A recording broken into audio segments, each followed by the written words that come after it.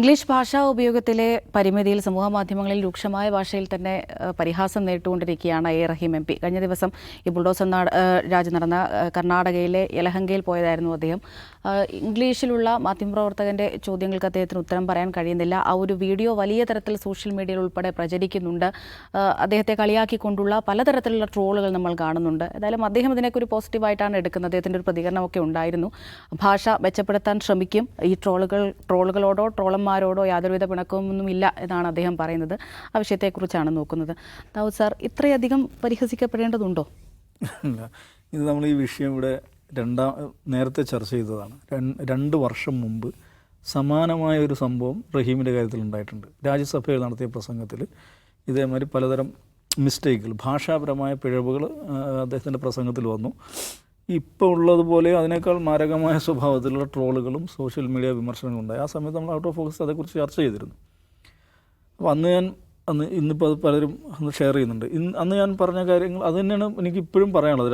ഒരു ആവർത്തനം ഒരു അതിനകത്ത് ഉണ്ടാകും. എന്താണെന്ന് വെച്ചിട്ടുണ്ടെങ്കിൽ ഒരു ഭാഷ എന്ന് പറഞ്ഞാൽ പ്രാഥമികമായിട്ട് അത് ആശയങ്ങൾ കമ്മ്യൂണിക്കേറ്റ് ചെയ്യാനുള്ള ഒരു സംഗതിയാണ്.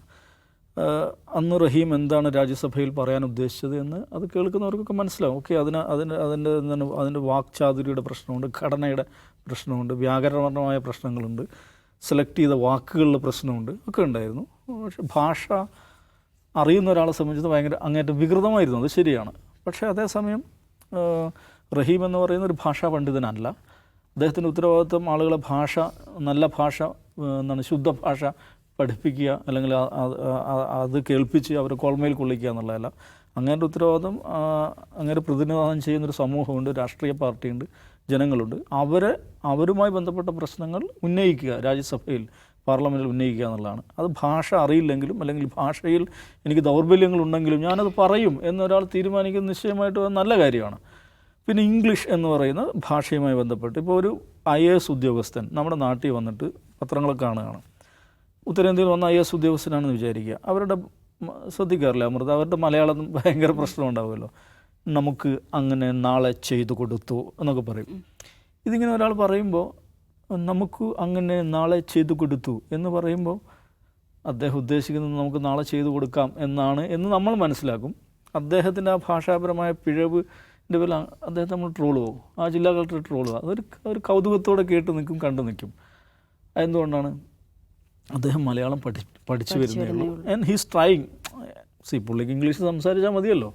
പക്ഷേ അദ്ദേഹം മലയാളത്തിൽ തന്നെ സംസാരിക്കുന്നു. എന്തിനാണ് അദ്ദേഹം മലയാളത്തിൽ തന്നെ സംസാരിക്കുന്നത്? പുള്ളിയെ സംബന്ധിച്ചത് ഒരു എക്സ്പെരിമെൻ്റാണ്, ഒരു സെൽഫ് ഇമ്പ്രൂവ്മെൻറ്റിന് വേണ്ടിയുള്ള ഒരു സന്ദർഭമാണ്. അപ്പോൾ അത് നമ്മൾ കൗതുകത്തോടെയും ഒരു ശിശുതുല്യമായ സ്നേഹത്തോടെയും നമ്മളതിനെ കണ്ടു നിൽക്കും. പക്ഷേ ഇതേ കലക്ടർ ഇംഗ്ലീഷിൽ സംസാരിക്കുമ്പോൾ, കളക്ടർ ആരും ആയിക്കോട്ടെ, ഇംഗ്ലീഷിൽ സംസാരിക്കും ഇങ്ങനെ പിഴവുകൾ വന്നാലോ അവനെ കളിയാക്കി ട്രോളി പരുവാക്കി വിടും. എന്തുകൊണ്ടാണ്? മലയാളം തെറ്റിയാലും കുഴപ്പമില്ല. മലയാളം തെറ്റുക എന്നുള്ളത് എന്താണ്? അതൊരു പ്രിവിലേജാണ്. പക്ഷേ ഇംഗ്ലീഷ് തെറ്റുക എന്ന് പറയുന്നത് കുഴപ്പമാണ് എന്നുള്ള ഒരു ബോധം നമ്മൾ കൊണ്ടു നടക്കുന്നുകൊണ്ടാണ്. ആ ബോധം നമ്മൾ കൊണ്ടു നടക്കാൻ കാരണം നമ്മൾ ഇംഗ്ലീഷുകാരുടെ കോളനി ആയിരുന്നു. നമ്മൾ കോളനൈസേഴ്സ് ഇംഗ്ലീഷുകാരായിരുന്നു, അവരുടെ ഭാഷയാണ്. അപ്പോൾ അതെന്തോ ഒരു പ്രിവിലേജ്ഡ് ആയിട്ടുള്ള സവിശേഷമായ മഹത്വമുള്ള ഭാഷയാണ് എന്ന് ഏത് കോളനൈസ്ഡ് കമ്മ്യൂണിറ്റീസും വിചാരിക്കുന്ന പോലെ നമ്മളും വിചാരിക്കുന്നുണ്ട്. ഇത് ഫ്രഞ്ച് കോളനി ആയിരുന്ന നാടുകളിൽ ഫ്രഞ്ച് ഭാഷയ്ക്ക് ഇതേ അവസ്ഥയുണ്ട്. അപ്പോൾ അതുകൊണ്ട് ഇംഗ്ലീഷിൽ പിഴച്ചാൽ ഇംഗ്ലീഷ് ശരിയാം വിധം പറയാൻ പറ്റാത്ത, പ്രസംഗിക്കാൻ പറ്റാത്ത ഒരാൾ, അയാൾ മണ്ടനാണ്, ഒന്നിനും കൊള്ളാത്തവനാണ്, പരിഹസിക്കപ്പെടേണ്ടവനാണ് എന്ന് പറയുന്നത് അതിൻ്റെ പേരിൽ മാത്രം അങ്ങനെ പരിഹസിക്കുക എന്ന് പറയുന്നത് ശരിയല്ലാത്തൊരു നിലപാടാണ്. പിന്നെ ബാംഗ്ലൂരിൽ നിന്ന് സംഭവിച്ചത്, ബാംഗ്ലൂർ ഇത് തന്നെയാണ്. ബാംഗ്ലൂർ എന്തിനാണ് റഹീം പോകുന്ന പുള്ളിയുടെ ഇളയച്ചൻ്റെ കല്യാണ സൽക്കാരത്തിൽ പങ്കെടുക്കാനല്ല. അവിടെ ഒരു വിഷയം ഉണ്ടായിട്ടുണ്ട്. അവിടെ സമൂഹത്തിൽ ഏറ്റവും അടിത്തട്ടിൽ ജീവിക്കുന്ന പാവപ്പെട്ട മനുഷ്യർ, അവരുടെ വീടുകൾ പൊളിച്ചിരിക്കുകയാണ്. ഒരു ദിവസം രാവിലെ പുലർച്ചെ വന്നിട്ട് സർക്കാരിൻ്റെ ബുൾഡോസറുകൾ വന്നിട്ട് അവരുടെ വീടുകൾ പൊളിച്ചിരിക്കുകയാണ്. അവർ തെരുവിലേക്ക് എറിഞ്ഞു കൊടുത്തിരിക്കുകയാണ്. കുഞ്ഞുങ്ങളുണ്ട്, സ്ത്രീകളുണ്ട്, രോഗികളുണ്ട്, വൃദ്ധരുണ്ട്.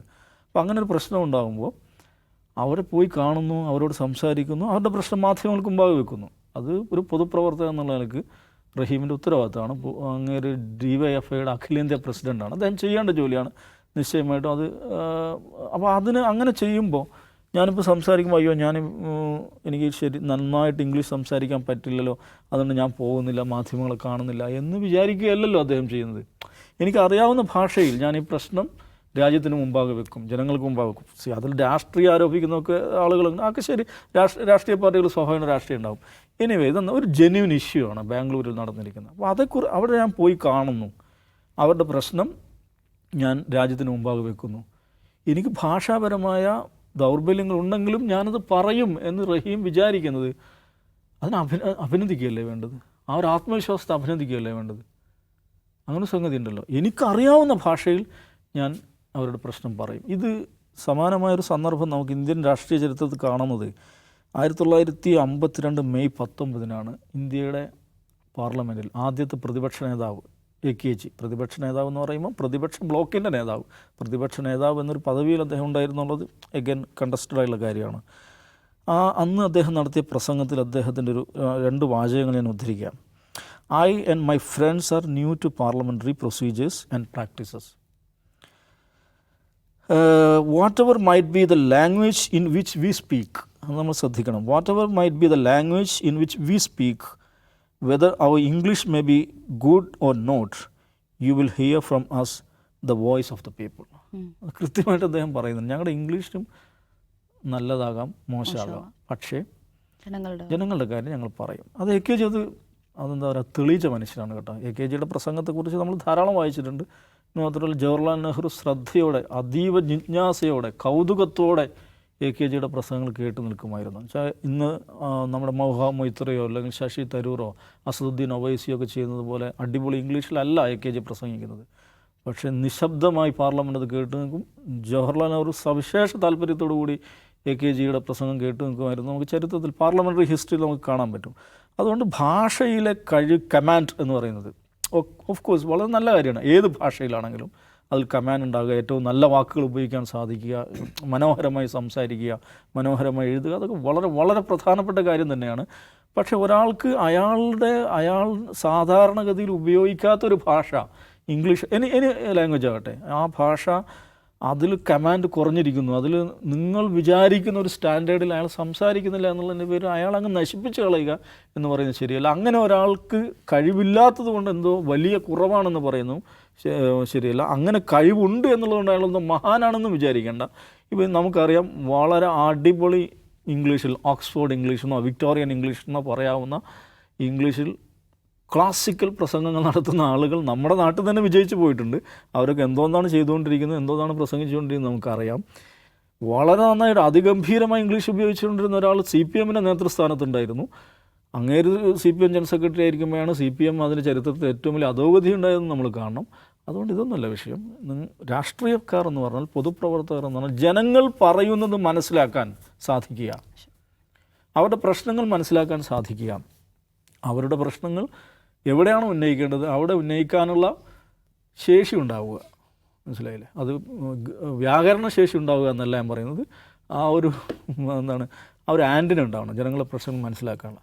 അപ്പോൾ അതാണ് ഇതിൽ കുറേയുള്ള സാധനം. ഇത് കാര്യം തന്നെയാണ് 2 വർഷം മുമ്പ് ഇതുണ്ടായപ്പോൾ ഞാൻ പറഞ്ഞത്. പക്ഷേ അന്ന് നമ്മുടെ ഇതിനകത്ത് താഴെ വന്ന കമൻറ്റുകൾ, ധാരാളം കമൻറ്റുകൾ അന്ന് വന്നിരുന്നു. അപ്പോൾ അതിൽ വന്നിട്ടുള്ള പ്രധാനപ്പെട്ട കുറച്ച് കമൻറ്റുകൾ എന്താണെന്ന് വെച്ചിട്ടുണ്ടെങ്കിൽ, ഓക്കെ ഫൈൻ, നിങ്ങൾ പറഞ്ഞത് ശരി, നിങ്ങൾ ഇതൊക്കെ ശരി, പറഞ്ഞതൊക്കെ ശരി, ബട്ട് സ്റ്റിൽ നോക്കൂ, പിന്നെ ഇദ്ദേഹം MAയും LLB ഒക്കെ ഉള്ള ഒരാളല്ലേ. ഇദ്ദേഹത്തിൻ്റെ രാജ്യസഭാ പ്രൊഫൈലിൽ MA LLB എന്നാണുള്ളത്. കരിയറായിട്ട് ജേർണലിസ്റ്റ് ആൻഡ് അഡ്വക്കേറ്റ് എന്നാണ് കൊടുത്തിരിക്കുന്നത്. അപ്പം അങ്ങനെയൊക്കെയുള്ള ഒരാൾ ഇങ്ങനെയൊക്കെയാണോ, ഇത്രയൊക്കെ ആവത്തുള്ളൂ എന്ന് ചോദിക്കുന്ന ഒരാളുണ്ട്. അതൊരു വിഷയം തന്നെയാണ്. അതിന് മറുപടി പറയേണ്ടത് ഇദ്ദേഹം പഠിച്ച സ്ഥാപനങ്ങളോ സ്ഥാപന മേധാവികളോ ഇദ്ദേഹത്തിൻ്റെ അധ്യാപകരൊക്കെയാണ്. എന്തുകൊണ്ട് അങ്ങനെയായി, ഇത്രയല്ല ആ ഒരു ലെവലിൽ ഒരു സാധാരണ പിന്നെ എന്താ പറയുക ഉള്ള ഒരു പൊതുപ്രവർത്തനം, എഡ്യൂക്കേറ്റഡായിട്ട് ഒരു പൊളിറ്റീഷ്യനാണ്. അപ്പോൾ അതിൽ 2 വർഷം മുമ്പ് ഇങ്ങനൊരു വിമർശനം ഏറ്റുവാങ്ങി, എഗെയിൻ സമാന വിമർശനം ഏറ്റുവാങ്ങുമ്പോൾ കുറച്ചും കൂടെ മെച്ചപ്പെടുത്തിക്കൂടെ എന്ന് റഹീം ആലോചിക്കേണ്ട കാര്യമാണ്. LLB ഉള്ള ഒരാൾ, MA ഉള്ള ഒരാൾ, പിന്നെ ചില ആൾ ലോ മേക്കറാണ്, പാർലമെൻറ്റിൽ ലോ മേക്കർക്ക് അത് വേണ്ടെന്നൊക്കെ ചോദിക്കുന്ന ആളുകളുണ്ട്. അതൊക്കെ അദ്ദേഹത്തിൻ്റെ ഒരു പേഴ്സണൽ ഗ്രോത്തിൻ്റെ ഭാഗമായിട്ട് അദ്ദേഹം കാണേണ്ട കാര്യമാണ്. പക്ഷെ ബേസിക്കലി ഭാഷാശുദ്ധിയുടെ പേരിൽ ഒരു പൊതുപ്രവർത്തകനെ അദ്ദേഹം ചെയ്ത ഉത്തരവാദിത്വത്തിൻ്റെ പേരിൽ കടന്നാക്രമിക്കുക എന്ന് പറയുന്നത് ശരിയല്ല. പക്ഷേ അതെങ്ങനെ വിഷയത്തെ കാണുന്നത്? എനിക്ക് തോന്നുന്നൊരു കാര്യം എന്നത് ഈ ബാംഗ്ലൂരിൽ സിദ്ധരാമയ്യ സർക്കാർ നടപ്പിലാക്കിയിട്ടുള്ള ഒരു അനീതിയുമായി ബന്ധപ്പെട്ടാണല്ലോ ഈ സംഭവം ഉണ്ടായിട്ടുള്ളത്. അപ്പോൾ അതിൻ്റെ കൂടെ അതിനേക്കാൾ വലിയൊരു വിഷയമായിട്ടും അതിനേക്കാൾ വലിയ തലക്കെട്ടായിട്ടും അതിനേക്കാൾ വലിയൊരു പ്രചാരണായുധമായിട്ടും ഇതിനെടുത്ത് വെക്കുന്നത് വഞ്ചനാപരമാണെന്ന് എനിക്ക് തോന്നുന്നൊരു കാര്യം. ഒന്ന്, ഇംഗ്ലീഷ് അറിയാമോ ഇല്ലേ എന്നുള്ളത് റഹീമിൻ്റെ വ്യക്തിപരമായ ഒരു എബിലിറ്റിയുമായി ബന്ധപ്പെട്ട കാര്യമാണ്. അത് സമൂഹത്തിന് എന്താണ് കാര്യമുള്ളതെന്ന് എനിക്കറിയില്ല. അയാൾ പാർലമെൻറ്റിൽ പോകുന്നു, പാർലമെൻറ്റിൽ പോയി കേരളത്തിൻ്റെ വിഷയങ്ങൾ, ഇന്ത്യയുടെ പ്രശ്നങ്ങൾ അവതരിപ്പിക്കുന്നു. അത് നോക്കിയാണ് പലപ്പോഴും വായിക്കുക. എങ്കിലും അയാളുടെ പ്രശ്നങ്ങൾ അവതരിപ്പിക്കുന്നു, ചർച്ചയിൽ പങ്കെടുക്കുന്നു, അതൊക്കെ ചെയ്യുന്നുണ്ട്. പോരെ? അതിനപ്പുറം വന്ന് ഏത് ഭാഷയിൽ നന്നായി പ്രസംഗിക്കാൻ അയാൾക്കറിയാം എന്നുള്ളത് വ്യക്തിപരമായ അയാളുടെ എബിലിറ്റിയുമായി ബന്ധപ്പെട്ട കാര്യമാണ്. അതില്ലാത്ത ഒരുപാട് മനുഷ്യന്മാരാണ് ഇന്ത്യ ഉണ്ടാക്കിയത്. ഈ രാജ്യത്തെ പ്രധാനപ്പെട്ട പൊളിറ്റീഷ്യന്മാരായിട്ട്, ഇന്ത്യയെ സൃഷ്ടിച്ച മനുഷ്യന്മാരായിട്ട് കണ്ട പല ആളുകൾക്കും അങ്ങനെ ഗംഭീരമായി ഇംഗ്ലീഷൊന്നും അറിയില്ലായിരുന്നു. മലയാളം മാത്രം അറിയാവുന്ന മനുഷ്യന്മാർ കൂടിയാണ് കേരളത്തെ സൃഷ്ടിച്ചത്. അതുകൊണ്ട് ഇംഗ്ലീഷ് അറിയായ്മ ഒരാളുടെ ഒരു പെർഫെക്ഷനെ നിർണ്ണയിക്കുന്ന ഒരു ഘടകമാണെന്ന് എനിക്ക് തോന്നുന്നില്ല. BAയും MAയും ഒക്കെ കഴിഞ്ഞിട്ടും മലയാളം നന്നായി സംസാരിക്കാൻ കഴിയാത്ത ഒരുപാട് പേര് കേരളത്തിലുണ്ട്.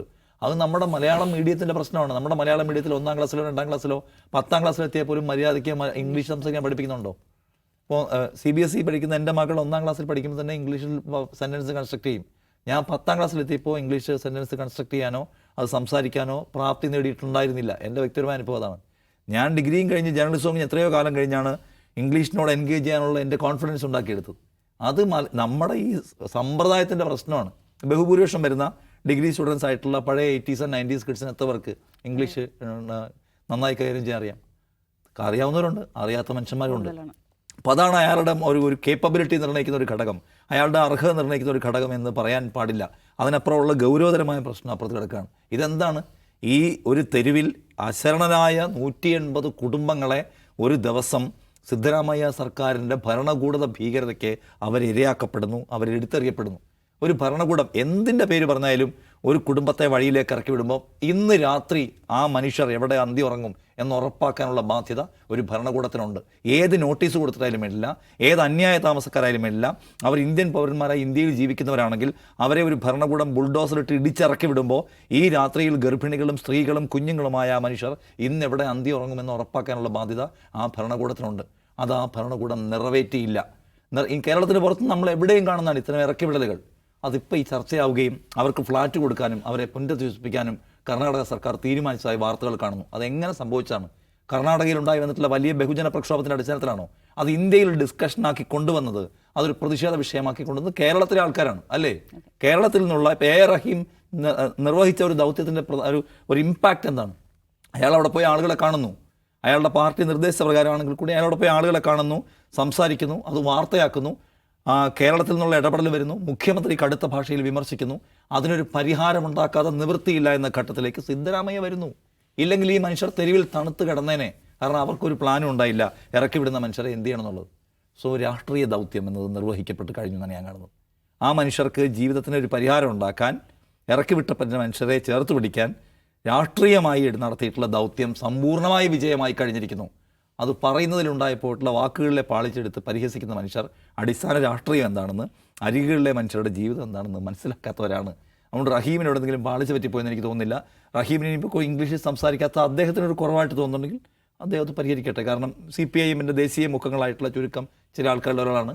പാർട്ടിയുടെ പൊളിറ്റിക്സും നയവും ഒക്കെ ഇന്ത്യയോട് പറയേണ്ടവരാണ്. അവർക്ക് ഏതാണോ കംഫർട്ടബിൾ ഭാഷ എല്ലാവർക്കും മനസ്സിലാവുന്നത്, ആ ഭാഷ ആർജിക്കാൻ ഇവർ ശ്രമിക്കേണ്ടതൊക്കെയാണ്. പക്ഷേ റഹീം അദ്ദേഹത്തിൻ്റെ രാഷ്ട്രീയ ജീവിതത്തിലെ ഒരു പ്രധാനപ്പെട്ട സന്ദർഭമാണ് പൂർത്തിയാക്കിയത് എന്ന് ഞാൻ പറയും. റഹീം അടക്കമുള്ള ആൾക്കാർ ഇറങ്ങി പുറപ്പെട്ടില്ലെങ്കിൽ കർണാടകയിലെ മനുഷ്യർ തെരുവിൽ കിടക്കും. അതിന് പരിഹാരം ഉണ്ടാക്കിയത് കേരളത്തിൽ നിന്നുള്ള മനുഷ്യന്മാരുടെ രാഷ്ട്രീയ ശബ്ദമാണ്. അല്ലെങ്കിൽ നോർത്ത് ഇന്ത്യയിലെ ഏതോ തെരുവുകളിൽ എടുത്തെറിയപ്പെട്ട മനുഷ്യർക്ക് തുല്യമായി കർണാടകയിലെ ബാംഗ്ലൂരിലെ ഈ മനുഷ്യർ മാറിയനെ. അതുകൊണ്ട് എനിക്ക് അദ്ദേഹത്തോട് ഹാറ്റ്സ് ഓഫ് ആണ് പറയാൻ തോന്നുന്നു. ശരി.